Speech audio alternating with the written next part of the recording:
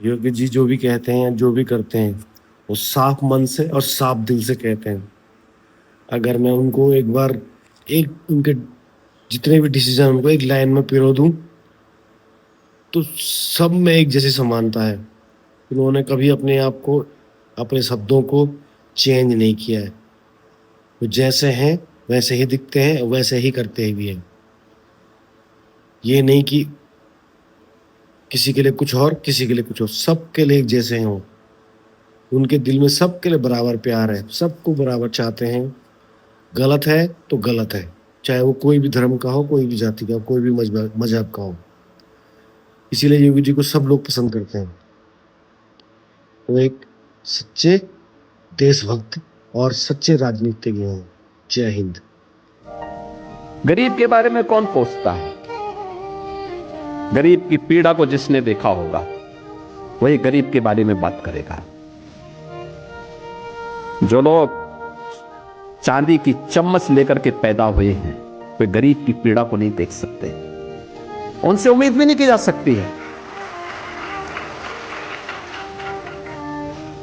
वे मंचों पे भाषण देंगे लेकिन वे उस पीड़ा के साथ जुड़ नहीं सकते, उनके लिए योजना नहीं बना सकते।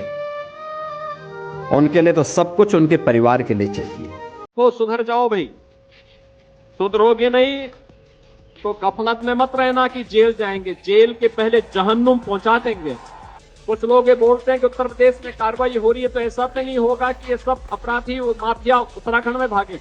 मैं कहता हूं देखो, मैं उसको इस लायक ही नहीं छोड़ूंगा कि वहां से निकल कर इधर आ। मुख्यमंत्री योगी आदित्यनाथ की भतीजी नौकरी के लिए लाइन में लगी हुई है। ऐसे नेताओं की जरूरत है इस देश में, जो जनता के लिए जीता है, जो जनमानस के लिए जीता है और जो इंसानियत के लिए जीता है, परिवार के लिए नहीं जीता है। योगी आदित्यनाथ के लिए पूरी राज्य की जनता उनका परिवार है। ऐसे नेताओं को दिल से सैल्यूट। हम सब का संस्कार क्या है कि जिस मां ने जन्म दिया है और जहां हमने जन्म लिया है उसके प्रति अपने कर्तव्यों का निर्वहन करना, उसके प्रति कृतज्ञता ज्ञापित करना, ये हम सबका दायित्व होना चाहिए।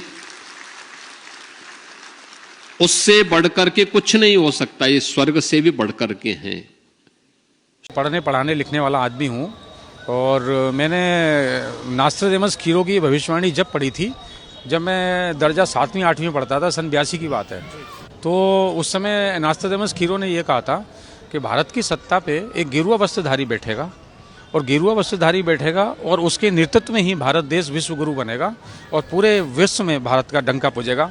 अभी जब शपथ हो रही थी वहाँ बंगाल के मुख्यमंत्री की, शुभेंदु सरकार की, और जैसे ही योगी जी जनता से ऐसे मुखातिब हुए तो पूरी जनता में कोलाहल हुआ, बहुत शोर हुआ। तो ये देख के सभी भौचक्के रह गए कि बंगाल की धरती पे जहाँ मुख्यमंत्री की शपथ हो रही है और वहाँ एक हाथ हिलाने पे योगी जी पे पूरा जनमानस जो था लाखों की तादाद में वो जोश से उमड़ पड़ा। तो अब मैं ये देखता हूँ कि वो गेरुआ वस्त्रधारी आ चुका है। भाई सांसद भी बने सबसे कम उम्र में गोरखपुर से, मुख्यमंत्री भी बने और अभी दोबारा और तीसरी बार मुख्यमंत्री अगले साल बनने वाले हैं।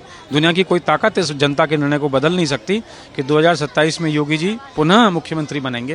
देश के 3 बड़े भूमाफिया, पहला भूमाफिया आजम खान, दूसरा मुख्तार अंसारी और तीसरा अतीक अहमद। उनमें मैं जिंदा बच गया। अरे बाबा, तुम जिंदा बचे नहीं हो, तुम्हें जिंदा रखा गया है और तुम योगी के इलाज के बारे में लोगों को बता सको, अवेयरनेस फैला सको, इसलिए तुम्हें जिंदा रखा गया है। कब तक जिंदा हूँ ये मैं भी नहीं जानता। लगे माफिया कदे जेल कदे बेल। अरे इनकी सरकार आई, बहन बेटी जा रही है, इधर छेड़ी उधर छेड़ी, भूस खराबी हो रही है, राशन ना मिल रहा, क्या ना हो रहा बताओ। अब नहीं छेड़ रहा। कौन छेड़ रहा है? अरे योगी जी तो पूरा डंडा घूंस दे। हाँ, छेड़ने की तो औकात का है, पूरा ही डंडा घूंस